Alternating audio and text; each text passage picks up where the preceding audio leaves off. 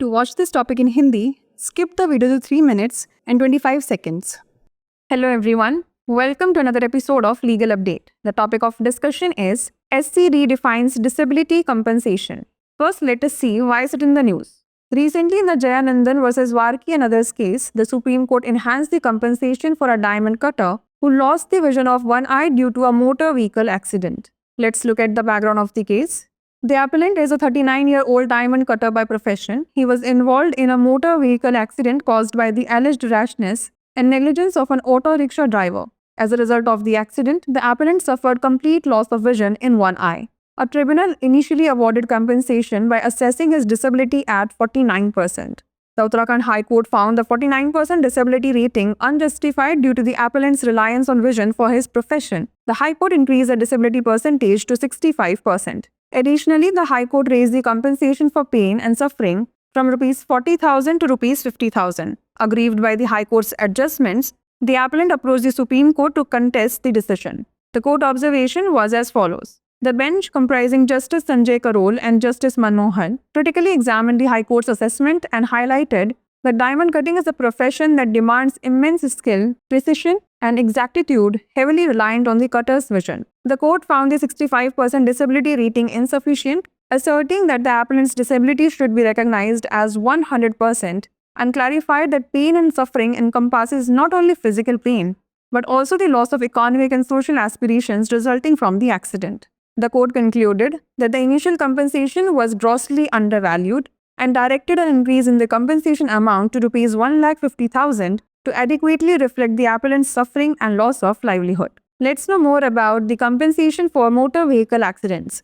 Under Section 166 of the Motor Vehicles Act 1988, various parties including injured individuals, property owners, legal representatives of deceased victims, or their authorized agents are eligible to file for compensation. There are primarily three types of claims under the Act. First, no-fault liability, Section 140. Compensation of Rs 50,000 for death and Rs 25,000 for permanent disability is awarded without proving fault. Second, structured formula basis, Section 163A.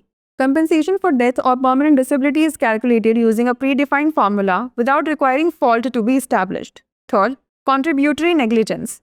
If both parties share fault, compensation is reduced proportionally based on their negligence levels. Let's now discuss a case law related to it. Muralidhar versus R. Subbulakshmi, 2024. The Supreme Court held that pain and suffering includes both physical pain and the loss of desires for economic and social betterment when an individual is unable to continue their profession of choice due to an accident. Before we wrap up, here's a question for you. Under Section 166 of the Motor Vehicles Act 1988, who is eligible to file for compensation? Only the injured individual, owners of damaged property, legal representatives of deceased victims, or all of the above? Send the answer to this question in the comment section. Like, share and subscribe for more such content. नमस्कार, legal update programme में आपका स्वागत है। आज हमारी चर्चा का विषय है सुप्रीम कोर्ट ने विकलांगता मुआवजे को पुनः परिभाषित किया। सबसे पहले जान लेते हैं यह चर्चा में क्यों है। हाल ही में जयनंदन बनाम वर्की और अन्य मामले में सुप्रीम कोर्ट ने एक हीरा काटने वाले व्यक्ति जिसने मोटर वाहन दुर्घटना के कारण अपनी एक आंख की दृष्टि खो दी थी के लिए मुआवजा बढ़ा दिया। चलिए जान लेते हैं मामले की पृष्ठभूमि। अपीलकर्ता पेशे से 39 वर्षीय हीरा काटने वाले हैं। वह एक मोटर वाहन दुर्घटना में शामिल थे जो कथित तौर पर एक ऑटो रिक्शा चालक की लापरवाही और तेज गति के कारण हुई थी। इस दुर्घटना के परिणाम स्वरूप अपीलकर्ता ने अपनी एक आंख की दृष्टि पूरी तरह से खो दी। ट्रिब्यूनल ने शुरू में उसकी विकलांगता को 49% मानते हुए मुआवजा देने का आदेश दिया। उत्तराखंड उच्च न्यायालय ने पाया कि 49% विकलांगता रेटिंग अनुचित है क्योंकि अपीलकर्ता अपने पेशे के लिए दृष्टि पर निर्भर था।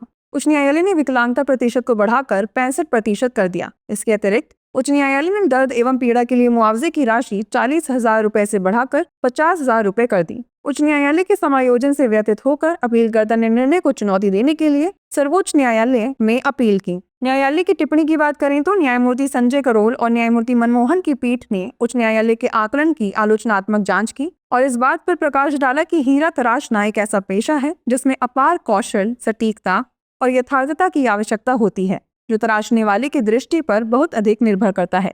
न्यायालय ने 65% विकलांगता रेटिंग को अपर्याप्त पाया और इस बात पर जोर दिया कि अपीलकर्ता की विकलांगता को 100% माना जाना चाहिए तथा स्पष्ट किया कि दर्द और पीड़ा में न केवल शारीरिक दर्द शामिल है बल्कि दुर्घटना के कारण आर्थिक और सामाजिक आकांक्षाओं की हानि भी शामिल है। न्यायालय ने निष्कर्ष निकाला कि प्रारंभिक मुआवजे का मूल्यांकन बहुत कम किया गया था और अपील करता कि पीड़ा और आजीविका के नुकसान को पर्याप्त रूप से दर्शाने के लिए मुआवजे की राशि को बढ़ाकर 1,50,000 रुपये करने का निर्देश दिया।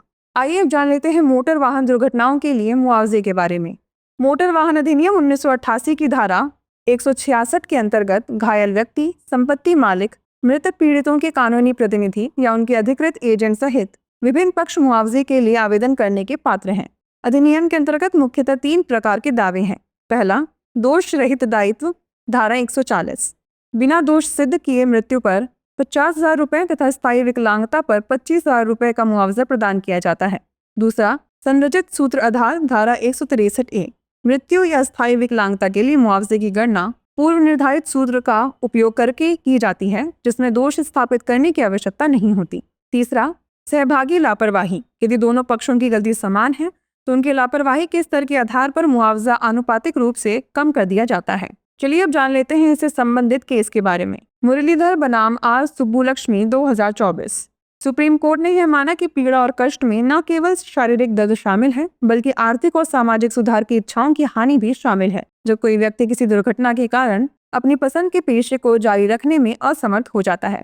आइए अब नोट कर लेते हैं अभ्यास प्रश्न। मोटर वाहन अधिनियम 1988 की धारा 166 के तहत मुआवजे के लिए कौन पात्र है? केवल घायल व्यक्ति, क्षतिग्रस्त संपत्ति के मालिक, मृतक पीड़ितों के कानूनी प्रतिनिधि या उपयुक्त सभी? इसका उत्तर हमें कमेंट सेक्शन में जरूर भेजिएगा। ऐसी और वीडियोस देखने के लिए लाइक, शेयर और सब्सक्राइब करना ना भूलें। धन्यवाद।